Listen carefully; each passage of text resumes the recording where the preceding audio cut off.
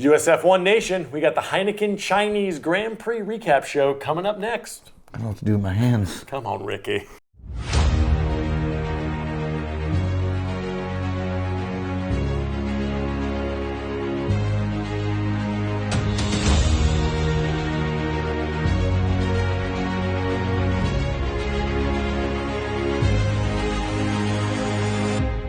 Welcome to the United States of Formula One. Nicky. It's Cookie. We got Sprint Race Weekend in China. Sprint Race Weekend. Struggling with it still. A week later. Love it. Yeah, but it was China. How'd you like the track?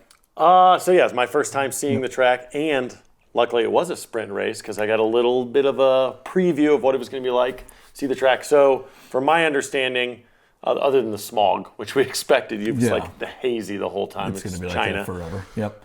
But with the new asphalt, yep, it was just chewing through the tires. Now, was this your first sprint? No, right? You watched one with me last year? I watched a couple sprints with you last year. Okay. So now you're into them now, right? Yeah, I like it. Yeah, it's almost like a preview of what potentially could happen, but not at the same time. And like because you the said, tire changes is different, and they could still make changes to the car before the race. Yes. So it's huge. No penalties for the changes. Everybody's on the same tire. There's no tire changes, no pits. So, I mean, it kind of makes it exciting. I was a little confused at first until you explained it to me. Okay. About that there was no pits and that everyone had to be on the same tire, but I guess it makes sense. I don't understand why you can't choose what tire you want to be on. I think they want to level the playing field. Just everybody one tire. Yeah. Not like the regular race where you can start with 3 different ones. So it was the sprint race. What was it? Red wave. Yeah. So, and another thing I learned. So there's only one practice instead of 3. Yep. Which is kind of exciting. Then you get into the sprint shootout, which is the qualifying terminology for the sprint. Hamilton's on the pole of the shootout and then maintains that and wins the sprint. Oh, yeah. Any surprises to you other than Hamilton? I think him finally showing up. Granted, it's only the sprint. He gets 8 points rather than, 25 for winning? Yeah, but still, I mean, you got to say first winning race for Hamilton from Ferrari. Yep. And then the only other 2 really mentions I want to say is your boy Yuki Tsunoda and my new boy Kimi Antonelli. So, and let's get into that a little bit. No. So you were all about Liam Lawson as your favorite rookie. He's been a turd. So you're abandoning him and you're stealing Boogie, cameraman's Antonelli. I'm you going did like my Antonelli. Technically, I said Liam Lawson was the least rookiest. He was rookie. the least because he's been around for like 18 years. It seems like. So Kimi was my first choice. And Yuki's obviously not a rookie. He's been around for 4 years. Yeah. Hajar with the Baby Bulls is my rookie choice. He's struggling a little bit, but Haas, screw you. Hulkenberg, still love you, but my underdog team is going to be the Baby Bulls this year. I love it. I love it too. And you're saying that the only thing of notice is, Hamilton winning, Yuki. I mean, again, Russell getting discredited. He finishes 4th. We're going to get into that more. That George Russell is getting completely ignored. And Piastri got 7 points, and Verstappen was on the podium. But again, it's the sprint. Looked fantastic. Let's get into the race itself. So we get into the grid, the qualifying. Baby Bulls. Well, Papaya, first of all. Yeah, well. Papaya 1 and 3 with Russell again in there, just the doing his thing. And 7 and 9 you had to the Baby Bulls. Hulkenberg, he made it to Q2, almost made it into Q3. Almost. 12th, though. That's a pretty strong start. And how did Lawson qualify? 20th? 20th. He is struggling hard. So I don't think there was a lot of surprises here. I think Papaya first, Ferrari's in there. Yeah. Speaking of Ferrari. Yeah, first lap. Basically, it was Charles' fault. Charles hit Hamilton, broke his spoiler. I actually said that to you because our prediction was Leclerc was going to be like third. And as soon as he broke his spoiler, I thought his race was done. Yeah, usually when it breaks, you assume if something starts to fall off, they're going to force him to pit and change it. But it's a 20-second fix. Yeah, you can see it completely missing there, but it stayed. We watched it the whole race. It just hung on. It didn't seem to affect and his speed. No, he was catching up to Russell. He passed Hamilton because Hamilton, let's just be honest with you, during the race didn't have really any speed. No. So, but here's my question. You see it's got the the one that's still there is an Amazon AWS advertisement on that wing. Yeah. So maybe there's no speed on that at all. It's truly just another place to throw an advertisement. It could be. An I don't think advertisement. so. Well, I think it's crazy. Yeah. Leclerc didn't need it at all. No. But odd to me. yeah, we had our bet. If you watched the prediction show, was Piastri? we had Piastri, Norris, Leclerc, Hamilton. We nailed the papaya, and then we disrespected Russell. Yeah. And we gave a little bit too much credit to the boys in red. But obviously your winner, Piastri. We picked him, so I give it high five. I was going to say, we'll go light so it doesn't. Yeah, and I have some notes here. So he started on the pole. Yep. He lost the lead a little bit during pit changes for the tires, but he basically had the lead the entire time. Yeah. 10th time out of the last 17 races that whoever started on the pole won the race. Yep. So I think China's maybe not to Monaco. It seems like everybody, once you're on the pole, you win no matter what. Yeah, Monaco's kind of, it's hard to pass there. Right. So this is not, and I thought there'd be more passing because I was excited about the 2 long DRS zones in the second half. A lot of passes in the middle of the pack, though. Yes. Not too much up front. I mean, there was some, but it was all that's a great point. There was a lot of passing that was happening in those middle of the pack cars, but not much up front. Piastri's third race win too, by the way. Third. So we only had 2 last year. So coming into third total. Third total. So yes. To come into the second year and he's already winning races, that's pretty good. McLaren's first time winning 3 consecutive races since 2012. Yep. So in 13 years. And obviously now we're going back to last season. Yeah. I always struggle to take those records that span over to a new season because it's all new. But we had Lando winning the last race last year, winning the first race. So Papaya, and that was Papaya's 50th time, finishing 1-2. Yep. On the podium. So look at the Ferraris. Ferraris did fantastic. I mean, they got Max. Max was able to pass. But the Ferraris, 5-6, it's pretty good. For a broken wing and guys that were battling a little bit, before we get a little more into that, you have to give a little bit of credit. To the Hosses?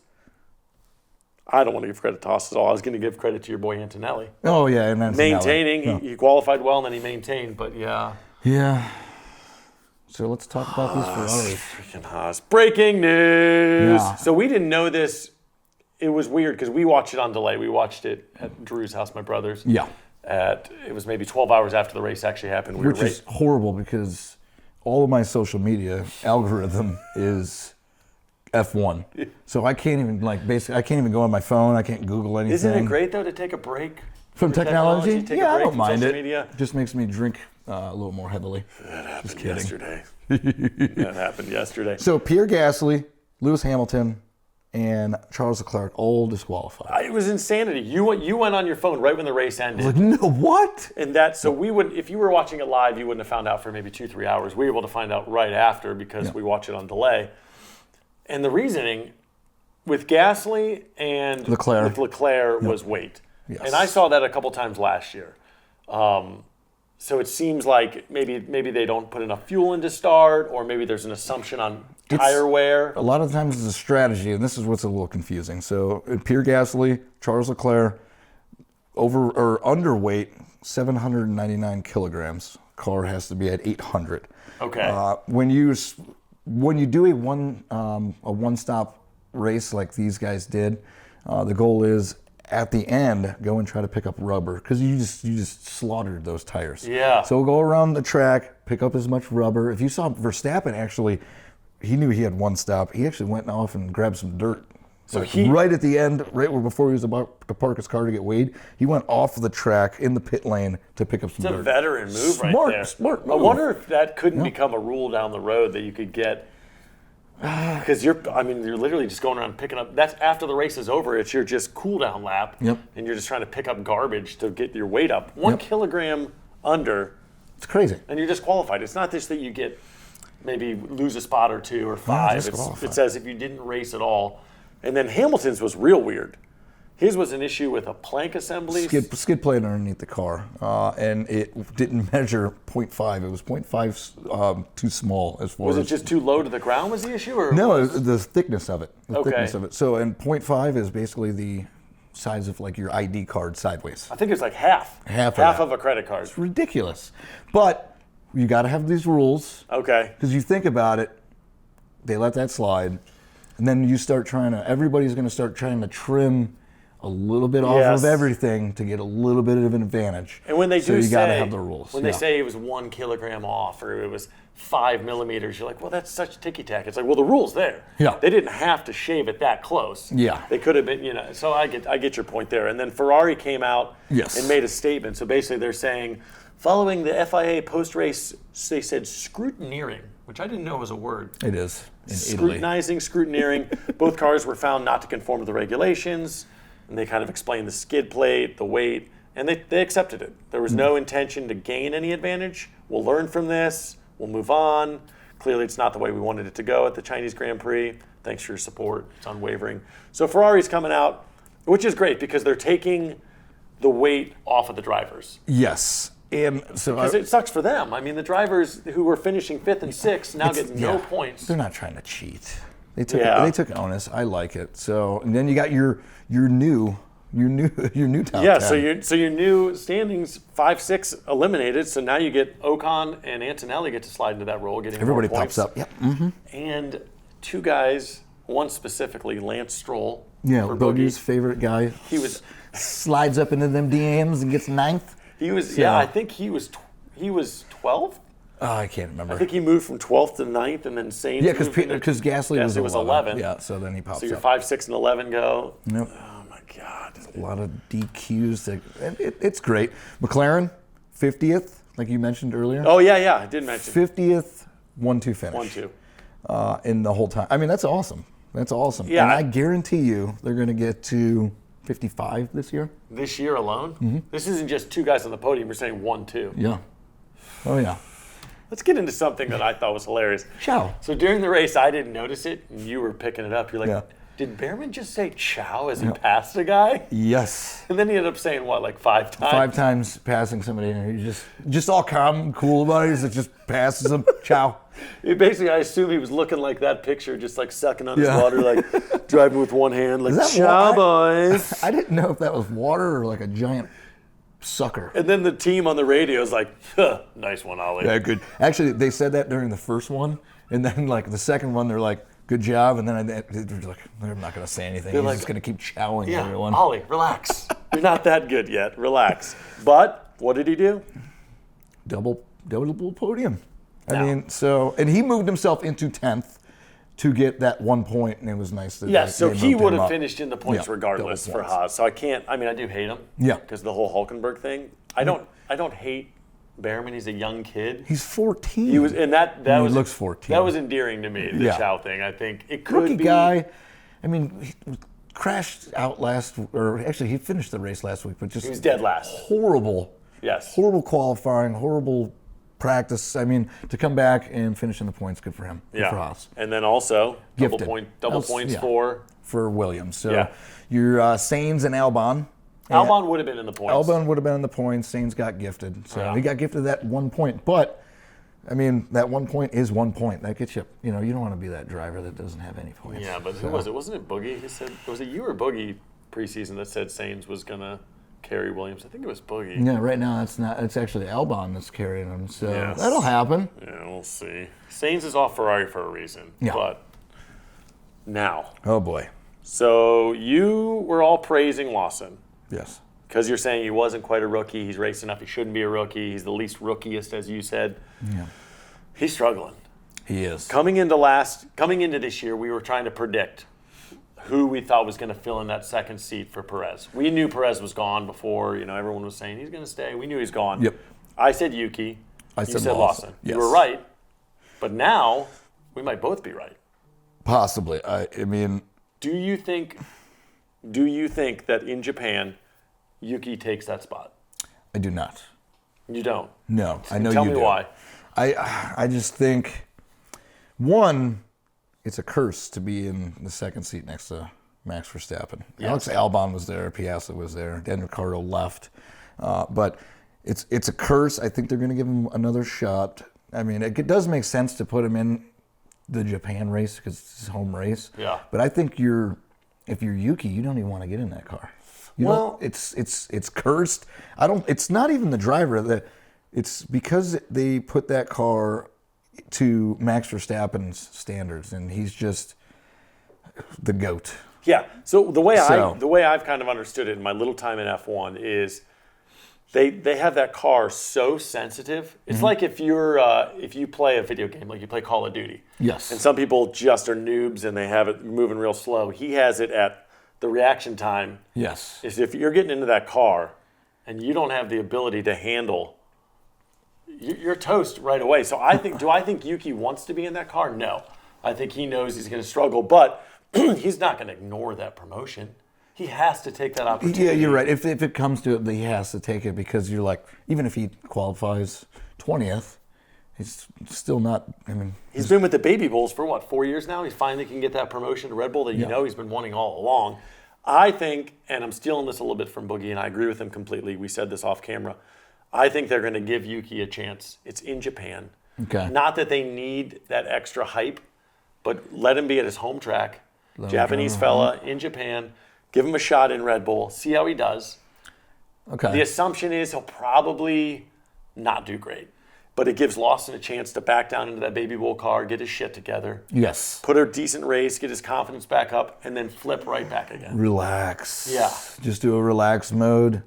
As long as Because right now there's so much pressure on him. Yeah. So, yeah. The other flip side of that is it could destroy his confidence. There's a lot of times when you send a pitcher down to the minors or you bench a quarterback. Yeah. That their confidence never comes back. But if they can communicate with him off camera and say, listen, just take a race off, get into that car, see what Yuki's got. And they can spin it however they want. We'll say Yuki, so they put Yuki in the car, okay? Yeah. For a test run. And he comes in 12th. Okay. I mean, do you take him out of the car for the next race? Or No. You don't? I don't.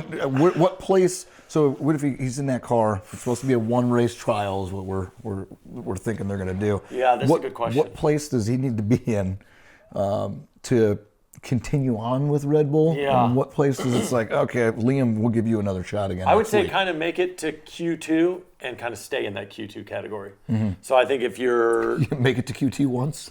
Well, you're talking qualifying? I'm saying he makes it to Q2, so he's going to qualify in the top 15. Yeah. And then he kind of stays. He doesn't crash out. He doesn't lose. So if he's in that maybe 12, 13, 14, I think they'd give him another shot. Yes. I think if he's out in Q1.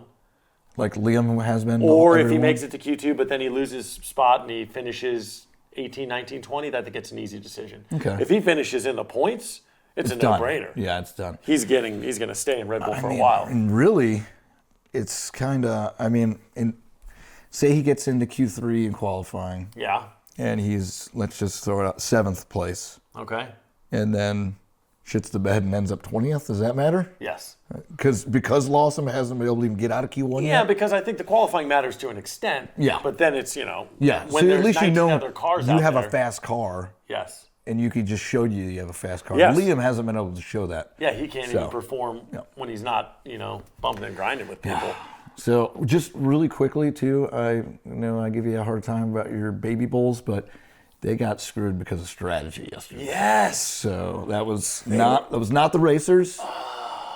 That was the strategy. They qualified Yep. in the top 10. They were in the points, ready to go. And everybody does a one-stop strategy, and the Baby Bulls do a two-stop. They were hoping for a two-stopper, and nobody else did it. And then my concern was the second time they stopped, they put hards on again. Mm-hmm. My thought was, if you know you're going to stop twice, put those mediums on so you're a little quicker.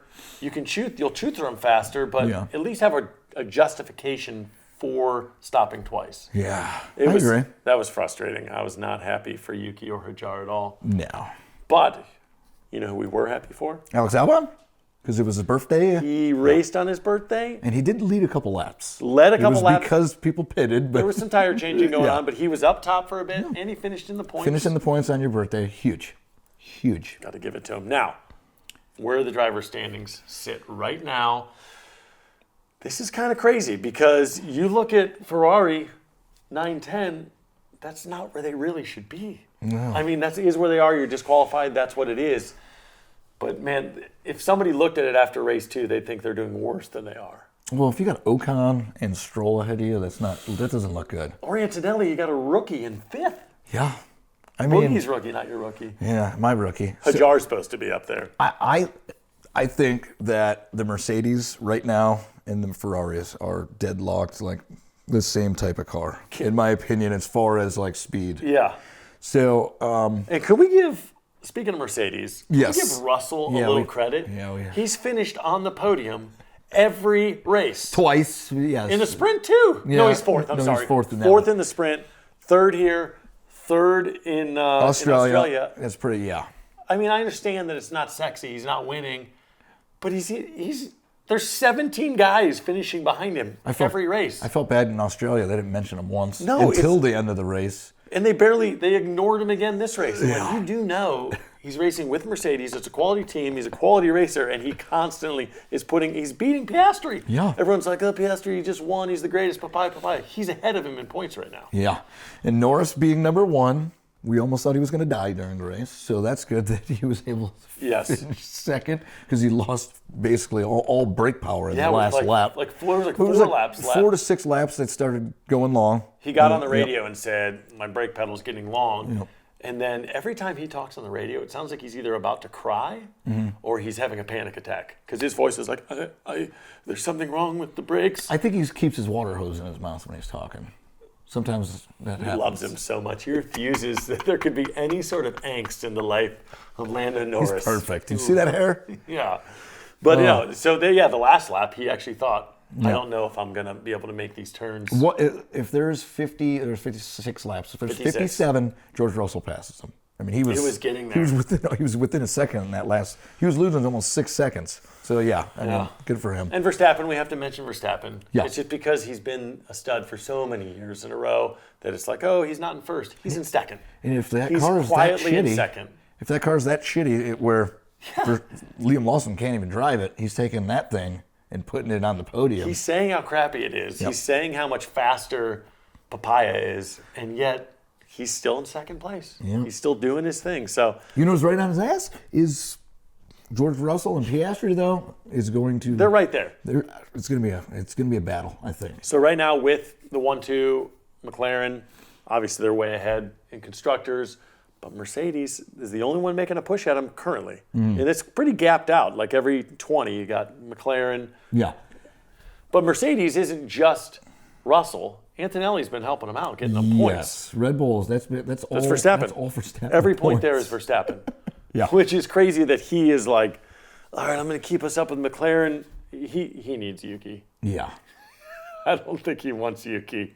He doesn't know he needs him, but he needs some Yuki in his life. He needs to clone himself and just put him out of their car. They'd be unstoppable. Would you have assumed Williams and Ferrari would be tied after 2 races with a sprint? No. Well, they are. Yeah. They are. But look at it this way. Ferrari should be at 35. If that disqualification, the double disqualification doesn't happen, they're at 35 and they're basically tied with Verstappen. Yeah. Okay. I'm going to just call him Verstappen. The rest of the season, The Red I'm Bull not team is calling not it Red Bull even- Racing. yeah. It's the Verstappens. I mean, how can it be anyone else other than that? Kick Sauber's got some points. Alpine. The Alpine 0, and I put them as a kind of a dark horse. You did. Because Pierre Gasly, who got disqualified, it would not been in the points anyway, so it wouldn't have mattered. Kick Sauber, that might be their only points this year. Okay. So Screw you, first of all. And Alpine is a dark horse, but they're more like a dark horse in a dark cage about to get shot and turned into glue. yeah, they just need to get on the board. Yeah. You don't want to. It's nice already, though. I think Alpine will get on the board, and then we don't have to wait. Gasly's gotta. too good to not. He was close. He was 11th. Yeah. Got DQ'd, but he'll get some points for Once it for Franco sure. Colapinto gets there, they're going to be just fine. You still think Doohan's getting booted? Yes. Okay. A couple of boots. Well, that's the story here. Love you. Follow us on YouTube at the United States of F1, Facebook, Instagram, and TikTok at United States F1. Copyright Brugman Media Limited 2025.